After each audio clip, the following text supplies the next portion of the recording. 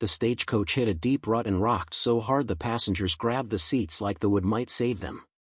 Then the baby screamed again. Louder than the wheels. Louder than the horses. Louder than the driver cursing up front. The sound cut through the heat and dust and went straight into every man's skull. Two grown men looked like they would rather jump out into the prairie than sit through one more mile of it. It was not the August sun baking the coach like an oven. It was not the dirt slipping through every crack and settling on tongues and teeth. It was the baby. Red-faced and furious. Crying like the world had betrayed him and everyone inside had to pay for it. The crying did not come in waves. It stayed sharp and steady, as if the child had made a promise to never stop. The baby belonged to the wealthiest man in the coach. Owen Sutton sat stiff in the best seat, his fine coat too heavy for the weather, his boots still polished under trail dust.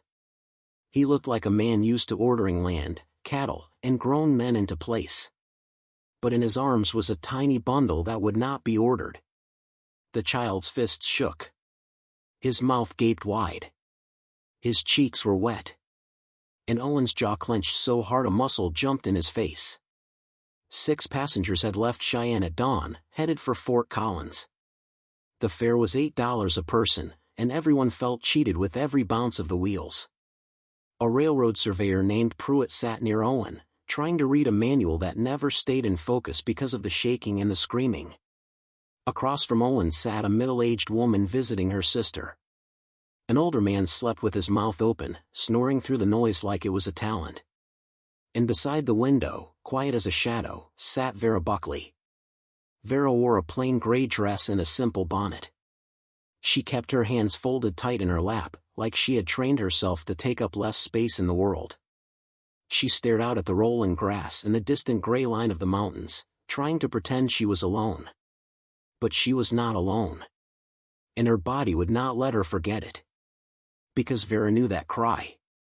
The baby's voice turned from angry to thin and desperate. The sound of hunger and panic mixed together. Vera's fingers squeezed until her knuckles went white. Her chest ached, hot and heavy under her dress.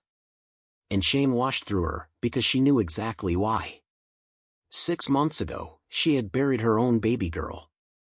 Martha. A tiny child who had lived only 3 weeks. Martha had been too small, too early, and her lungs had never learned how to fight.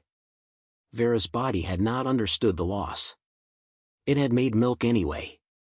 It had kept making milk even after the cradle was empty. She had tried tight cloth wraps, cold water, bitter teas, and long nights of grief. It had eased, but it had not fully stopped. Now, 3 feet from a hungry infant, her body answered the crying like it was a call meant for her. Owen shifted his son and tried the bottle again. The baby turned his head away like a man refusing bad coffee. Owen tried rocking, then speaking low and firm, as if the baby might respect reason. Nothing helped. Maybe he's got colic, Pruitt muttered, eyes tired and annoyed. Owen did not look at him. He's been fed. He's been changed. The air is fine. Well, something's wrong, Pruitt said. I know, Owen snapped, then lowered his voice as if anger might scare the baby into silence. I know. Owen was 34. He owned thousands of acres and had fought hard men for water rights and won. But he could not make his own child stop crying. His wife, Caroline, had died during the birth 8 weeks ago. The labor had lasted all day. The doctor had done what he could. There had been too much blood. Caroline had gone cold in Owen's hands while he stared at her and tried to understand how life could break like that in a single hour. Since then, Owen had hired help. A wet nurse from town had come daily, fed the baby, and left again. But the day before, she had sent word that her own child was sick and she could not travel. Owen had been left with bottles, goat's milk, and an infant who refused both. That was how Owen ended up on this stagecoach, heading to his sister in Fort Collins, hoping she knew someone who could help. Hoping the baby would survive the trip. Hoping he could keep from failing the one person Caroline had left behind. At a relay station outside Cheyenne, the passengers climbed out and stretched their cramped legs. The place smelled like horses and old sweat. A few buildings held together by nails and stubbornness. Owen walked in the dirt with the baby pressed to his chest. The child had worn himself down into a shaky quiet, hiccuping like he had swallowed the last of his anger. "You're fine," Owen whispered, bouncing in what he hoped was a gentle rhythm. "You're alive. That should count for something." The baby whimpered and turned his face into Owen's coat. Vera stood in the shade of the station house, watching Owen pace. He moved like a man who knew how to work cattle but not how to soothe a child. Every step was too firm. Every bounce was slightly off. Vera's chest tightened again, and she looked away before anyone could read her face. Back inside the coach, an hour after the relay station, the screaming started worse than before. The baby's cries had sharp edges now. Wild and frightened. Pruitt stood up so fast his knees hit the seat. "I'm riding on top with the driver," he said, and climbed out through the front door, choosing danger over noise. That left Owen holding the baby, Vera staring at the window, the visiting woman watching with wide eyes, and the old man snoring like a fallen tree. Owen's hands shook. His face had gone pale under the dust. Something behind his eyes looked close to breaking. Vera felt milk let down in a sudden rush, and she gasped, pressing her arm tight against her chest as if she could force her body to stop caring. She tried to stay in her seat. She tried to stay out of it. But the baby's cries turned thin, and Vera could not stand it anymore. She stood. The coach swayed, and Owen's head snapped up. His eyes met hers, defensive and tired, like a man ready to be judged. "He's hungry," Vera said. Owen's voice was rough. "He's been fed." "Not the way he needs," Vera answered. The words hung heavy in the hot, dusty air. Owen stared at her like he did not want to understand. Then he did, and hope and shock moved across his face at the same time. Vera swallowed. "I lost my daughter 6 months ago. My body hasn't forgotten." Owen's breath caught. "You would," he started, then stopped, like the words were too big to hold. "You would do that for him?" "For him," Vera said, looking at the baby. "Not for you." Owen glanced at the other passengers. The middle-aged woman stared. The old man kept snoring. Owen reached up and pulled a thin curtain across a rod, creating a small corner of privacy in a coach that offered almost none. Vera sat down behind the curtain, heart pounding. Her hands trembled, but she forced them steady. This was kindness. And it was also something the world would talk about. A widow nursing a rich rancher's child. People would have opinions, and those opinions could ruin a woman faster than hunger.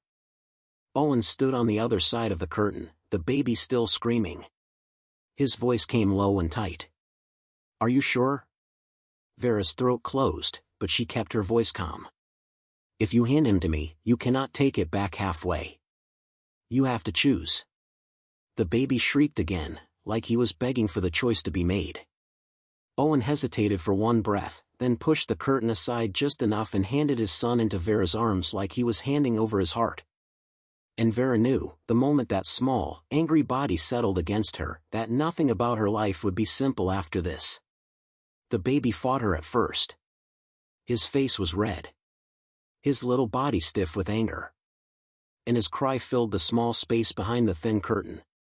Vera held him the way she remembered holding Martha.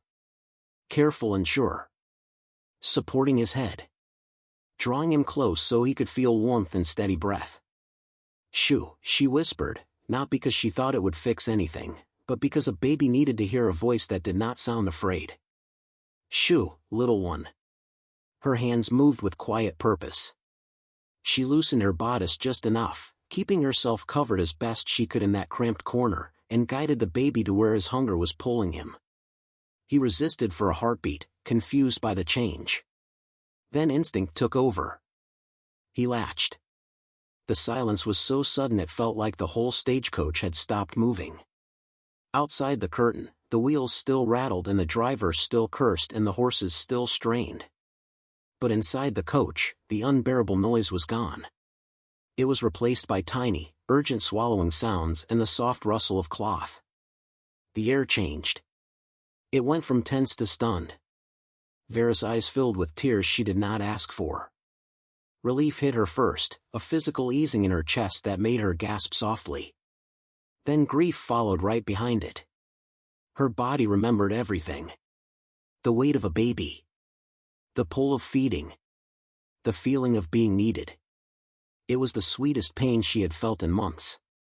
She turned her face slightly and cried without sound, tears sliding down her cheeks while the baby fed like his life depended on it. Maybe it did. On the other side of the curtain, Owen Sutton stood with his back pressed to the coach wall. His hands braced on either side of him, as if he needed the wood to hold him upright. His eyes were shut. His breathing came rough and careful, like a man who had just been pulled back from the edge of a cliff. The middle-aged woman leaned toward him and whispered, half in awe, "That's a good woman you've got there." Owen opened his eyes slowly. His voice was low. "She's not mine." The woman gave him a look that said she had lived long enough to recognize a story when it was starting. "Give it time," she murmured, then sat back. 15 minutes later, Vera emerged from behind the curtain, her face composed but her eyes still bright. The baby was asleep in her arms, heavy and peaceful. His fists unclenched. His mouth relaxed. He looked like a different child. Like a child who had decided the world might be worth staying in.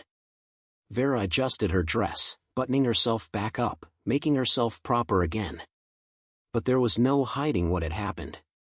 Every person in that coach knew. In a small territory, news traveled faster than horses. She held the baby out carefully. Owen reached for his son, and when his fingers brushed Vera's, both of them went still. "Thank you," Owen said. The words sounded rough, like they had to fight their way out of him.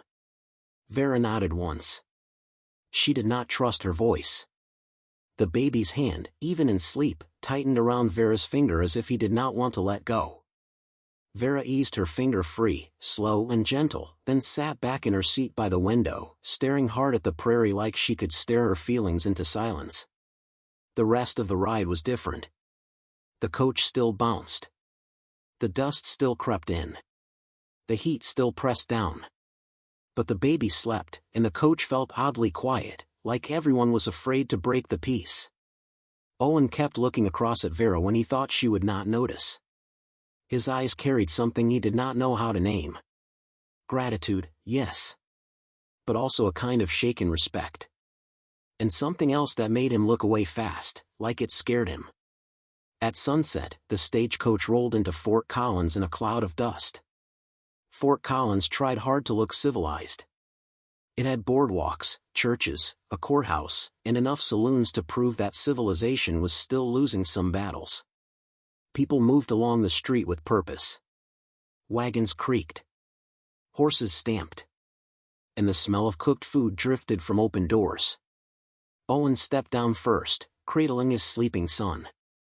Vera climbed down after him, taking her small trunk from the boot. She stood on the boardwalk, adjusting her bonnet, preparing to ask for directions to the boarding house where her cousin worked. She told herself this was a new start. Work. A roof. A life that hurt less than the one she left behind. Then she heard Owen's boots behind her. "Miss Buckley," he said. Vera turned. "Mr. Sutton." They were careful with their words now. Formal. Like politeness could erase the intimacy of the stagecoach. "My sister lives here," Owen said. "I'm staying with her tonight. I need to go back to my ranch tomorrow. It's northeast, near the Poudre River." Vera nodded, unsure why he was telling her.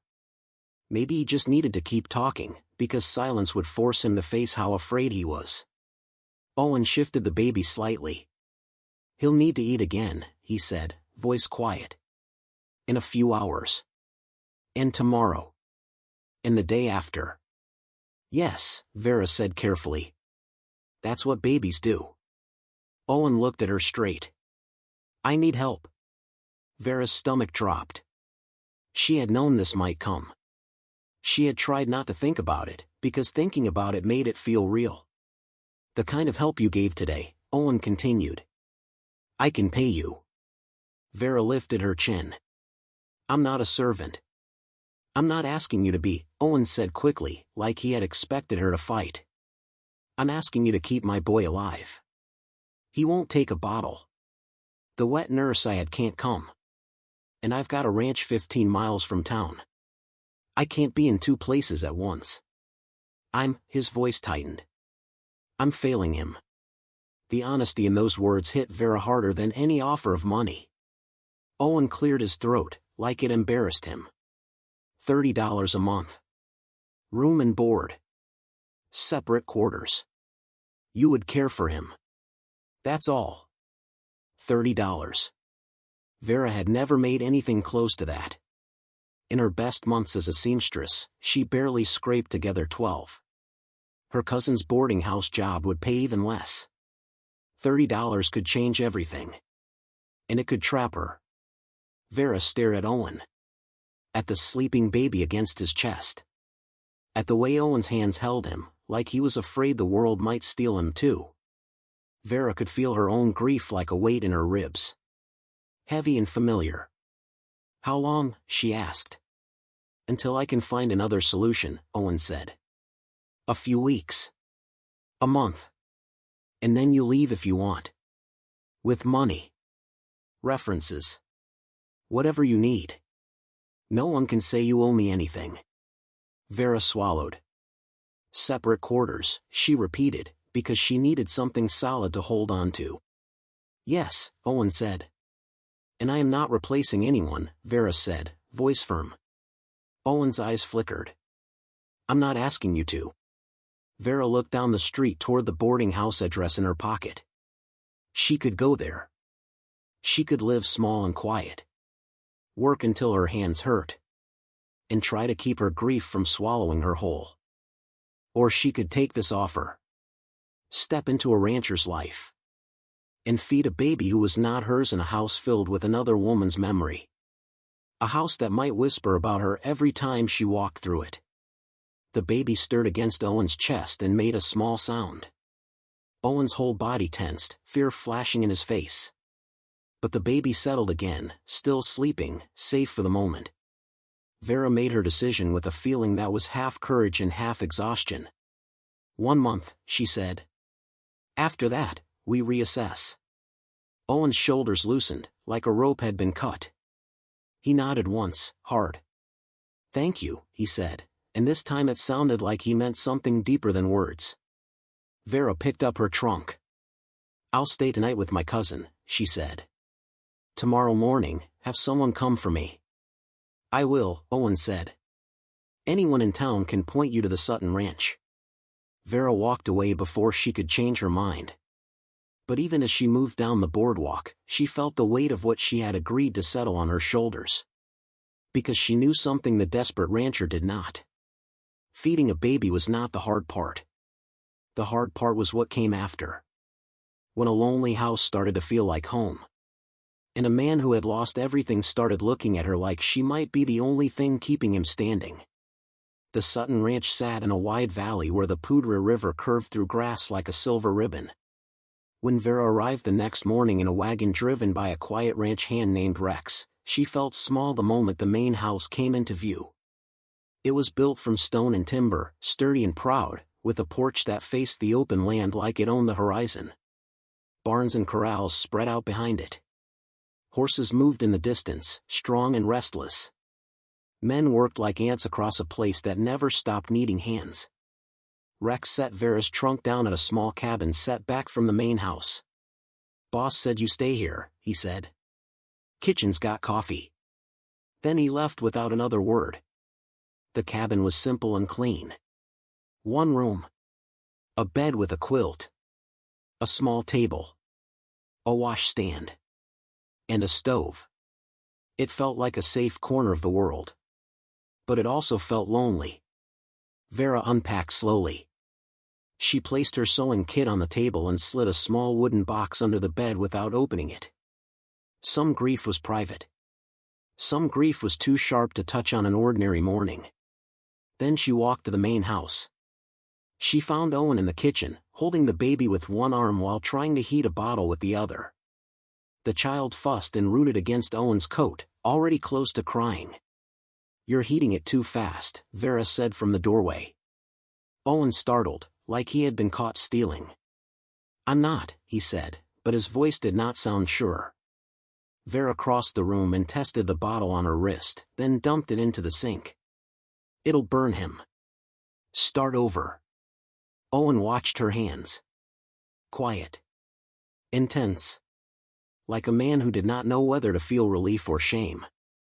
Vera warmed the milk again, slower this time, then took the baby into her arms. The baby refused the bottle, turning away with stubborn anger. Vera nodded to herself.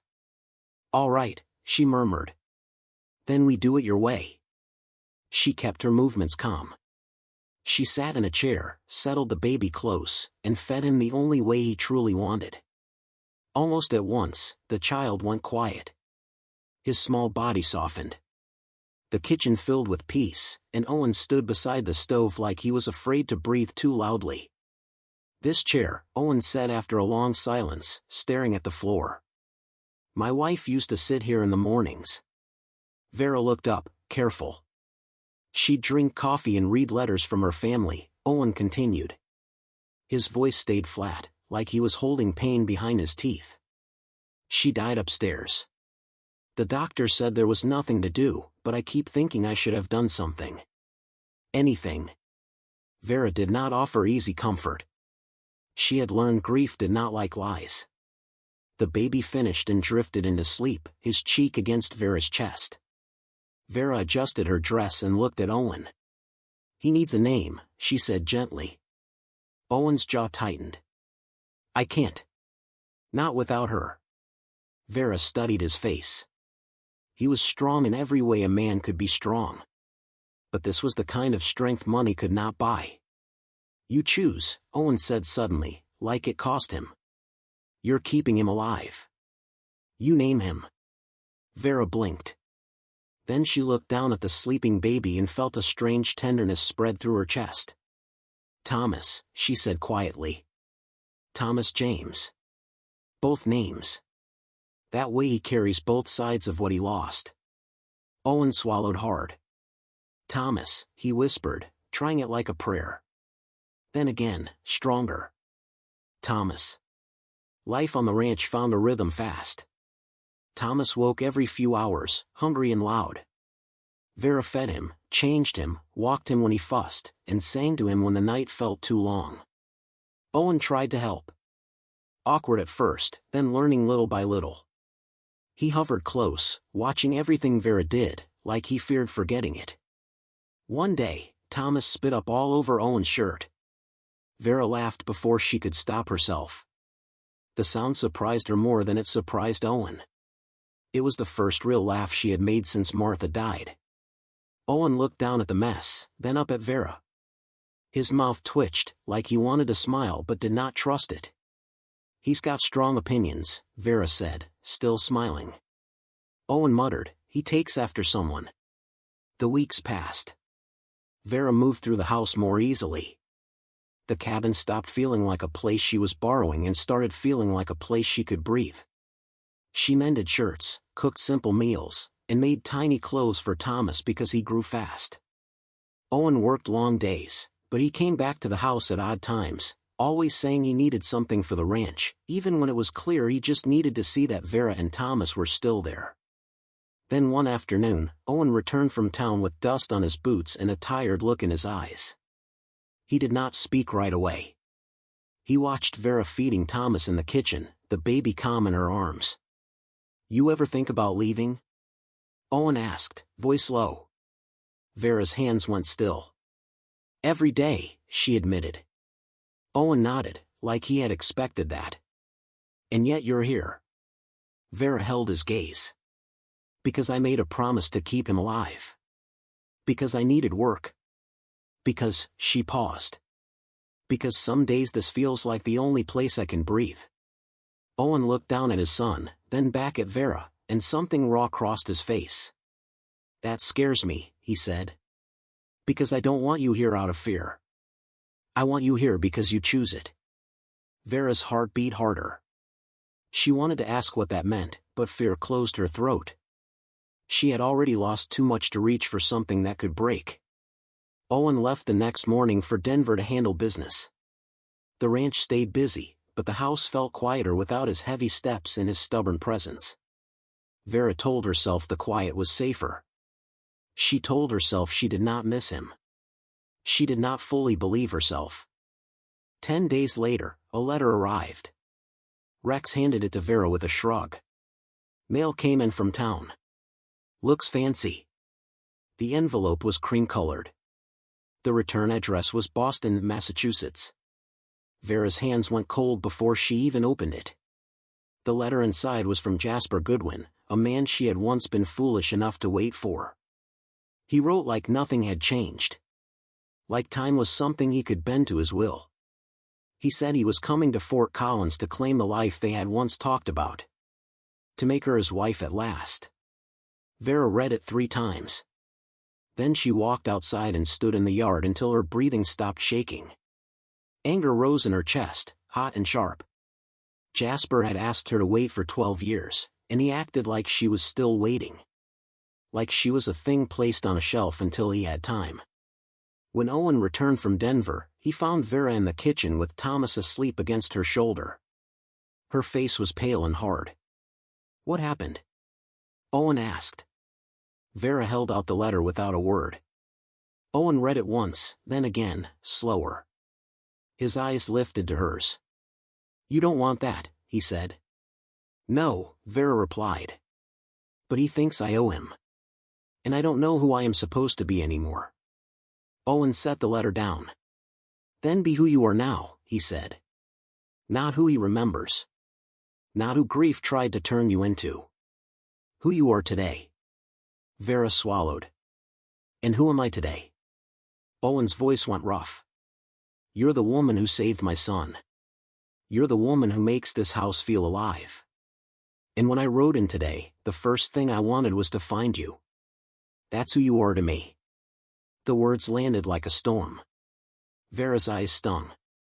"I need time," she whispered. "You have it," Owen said. "But don't let a man from Boston decide your life." For weeks later, Jasper Goodwin arrived at the ranch in a fine suit and polished shoes, looking uncomfortable the moment his feet hit the dirt. He walked into the yard like he belonged there. Vera stepped onto the porch with Thomas in her arms. "Miss Buckley," Jasper said, smiling like a man sure of his victory. "It's been too long." "It has," Vera said calmly. He took a step closer.